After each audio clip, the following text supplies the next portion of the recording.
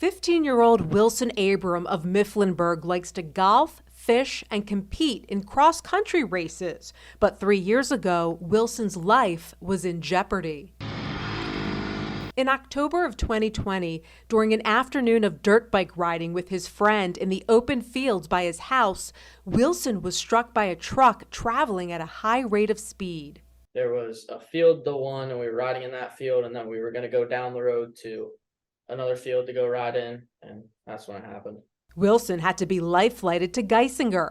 That's where he met orthopedic trauma surgeon Dr. Mark Seeley. At Geisinger, he was found to have 2 dropped lungs, and both of his carotid arteries to his brain were injured. He had both open femur fractures and a really bad elbow fracture. He also had internal injuries with injuring his bowel, his pancreas, and his spleen. Wilson was rushed to the operating room where the medical team worked together to determine Wilson's initial procedures, all complex and risky due to his extensive injuries.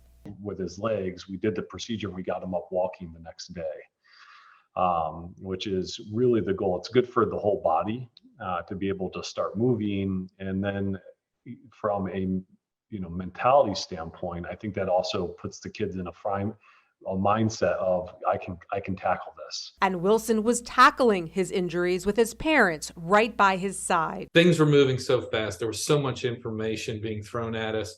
You're just trying to digest all that. They had a plan, and our plan was just to be with him and keep him comfortable. After several surgeries and a long road of rehabilitation, Wilson is back to being a normal kid. His doctor credits the helmet Wilson was wearing as a lifesaver. As simple as putting on a helmet can, really be the difference between having a child that is able to bounce back from an injury to someone that, unfortunately has a lifelong, can have lifelong issues. It just gives a really positive outlook towards life. You get to wake up every day and just kind of, some people have days where they're really sad. Not me. Paula Giacomo, 2822 Eyewitness News.